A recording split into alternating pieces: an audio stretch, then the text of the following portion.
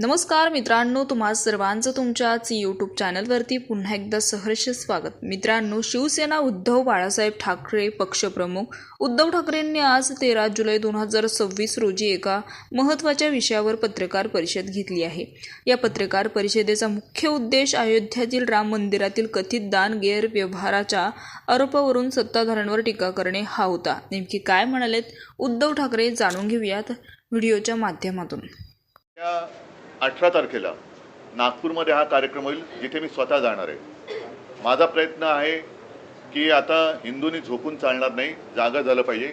आपल्या हिंदुत्वाचा, आपल्या हिंदू धर्माचा दुरुपयोग करून जर लुटण्याचा कार्यक्रम कोणी करत असेल तर त्यांना आता त्यांची जागा दाखवण्याची वेळ आलेली आहे। एकूणच काय की सध्या देशामध्ये फार विचित्र परिस्थिती आहे।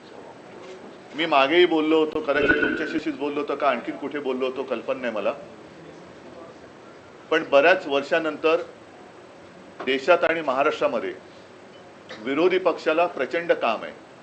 कारण जिथे बोट दाखवू तिथे भ्रष्टाचार चाललेला आहे। रस्त्यावरती खड्डे आहेत, पण रस्ते करणाऱ्यांचं ज्यांचं काम आहे ते गडकरी साहेब इथेनॉलवरती बोलत आहेत। तर एकूणच काय की अंधाधुंद कारभार सुरू आहे।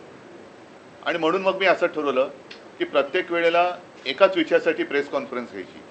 आणि आज मी जो विषय घेतलेला आहे हा विषय साधारणतः गेले किमान महिनाभर चालू आहे, पण दुर्दैवाने म्हणावा तसा तो लोकांपर्यंत जरी पोचला असला तरी लोकभावना त्याच्यावरती व्यक्त होत नाही आहेत। आणि तो विषय म्हणजे जंतर मंतर येथे आपल्या अभिजित दिपके यांनी जो विषय उचलला तो अनेक युवकांच्या किंवा मी तर म्हणेन देशातल्या प्रत्येक युवकाच्या भवितव्याचा विषय आहे।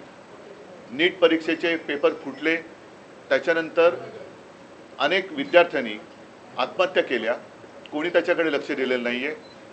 सरकारला वेळ नाही आहे, सत्ताधारी पक्षाला इतर पक्ष फोडाफोडीमध्ये जास्त रस आहे, पण जिथे देशाचं नशीब फुटतंय, विद्यार्थी आत्महत्या करतायत, त्यांच्याकडे लक्ष द्यायला त्यांना वेळ नाही आहे। आणि मी आजची जी पत्रकार परिषद घेतलेली आहे ती त्या आंदोलनाला आणि सोनम वांगचुक यांना पूर्ण पाठिंबा जाहीर करण्यासाठी मी ही प्रेस कॉन्फरन्स घेतलेली आहे। सोनम वांगचुक एक मला येऊन भेटून गेल्या महिन्यामध्ये नेहमी मला त्यांच्याबद्दल एक आदर राहिलेला आहे। त्यांच्या खरं म्हटलं तर बुद्धिमत्तेचा देशाने उपयोग करून घ्यायला पाहिजे, पण अशाही व्यक्तीला देशद्रोही ठरवून तुरुंगात टाकलं जातं। आज ती व्यक्ती तिकडे आमरण उपोषणाला बसलेली आहे, दिवसागणिक त्यांची तब्येत खालवत चाललेली आहे। 16 दिवस झाले। मी एक 4 दिवसापूर्वी मुद्दामून अरविंद सावंत यांना त्यांच्या भेटीसाठी पाठवलं होतं। मी फोनवरून त्यांना विनंती केली की सोनमजी, तुम्ही प्राणांतिक उपोषण करू नका, कारण तुमच्यासारख्या व्यक्ती या देशाला पाहिजेत आणि सरकारला काय पडलेलं नाही। अशा एक एक व्यक्ती जर आपणहून जात असतील तर सरकारला ते हवंच आहे असं नाईलाजाने मला म्हणावं लागते।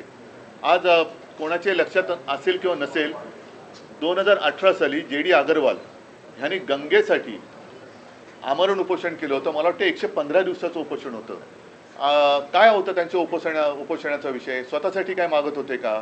तर गंगेमध्ये जे काय सगळं बट्ट्याबोळ झालेला आहे गंगेचा, त्याबद्दल त्यांनी त्या उपोषण केलं होतं। त्यांनी प्राण सोडला, कोणी त्याची तशी म्हणावी तशी दखल घेतली नाही। गंगेत अजूनही त्याच्यानंतर कोरोना आला, गंगेमध्ये मृतदेह सोडले गेले, सगळा बट्ट्याबोळ चाललेला आहे।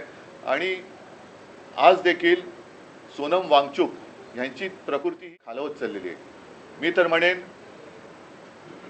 आज आता असा एक क्षण आलेला आहे, जरी मी या एका विषयासाठी प्रेस कॉन्फरन्स घेत असलो तरी सगळ्या जणांनी सगळे विषय घेण्याची आवश्यकता आहे असं नाही, मात्र एखादा विषय जरूर असा असायला पाहिजे की त्याच्यावरती देशातल्या सर्व राजकीय पक्षांनी एकत्र यायला पाहिजे। मी अजूनही तिथे कोणी पक्षाचे झेंडे घेऊन जावे या मताचा नाही आहे, कारण अभिजित दिपके हा युवक देशातल्या युवकांचा आवाज तिकडे उठवतोय। आणि हे युवक जे आहेत हे सुशिक्षित आहेत। म्हणजे आज सकाळी मी ते सोशल मीडियावरती बघितलं, ते असेल तर भयानक आहे, कारण 20 तारखेला मला वाटतं त्यांनी मोर्चा आयोजित केलेला आहे।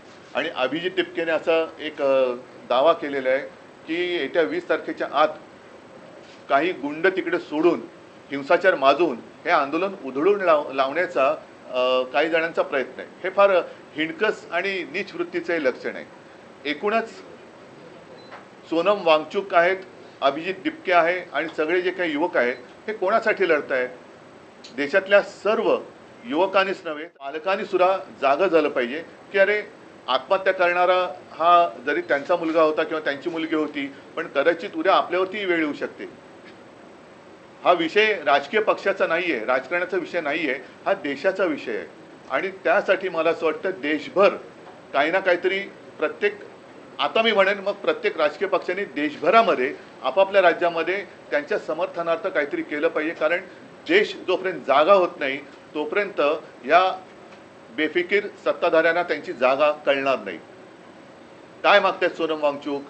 काय सरकार त्यांच्याशी जाऊन बोलले तरी का? मला आठवत आहे जेव्हा अण्णा हजारे तिकडे उपोषणाला बसले होते तेव्हा सुषमा स्वराज यांनी एक भाषण केलं होतं. ते भाषण आजही उपलब्ध असेल. निदान त्यावेळेला त्यांच्याबरोबर चर्चा तरी झाली होती किंवा असावी असं मला वाटतं.